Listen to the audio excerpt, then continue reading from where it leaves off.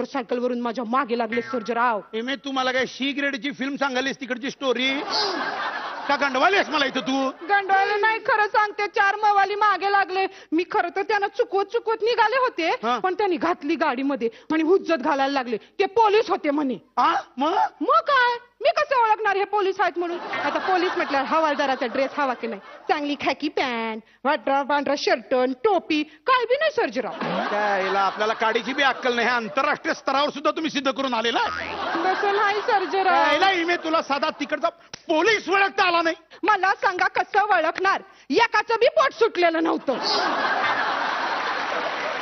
असं बघायला लागलं ना तर सगळे देखणे एकदम असं भांग बिंग पाडलेले हिरोवानी.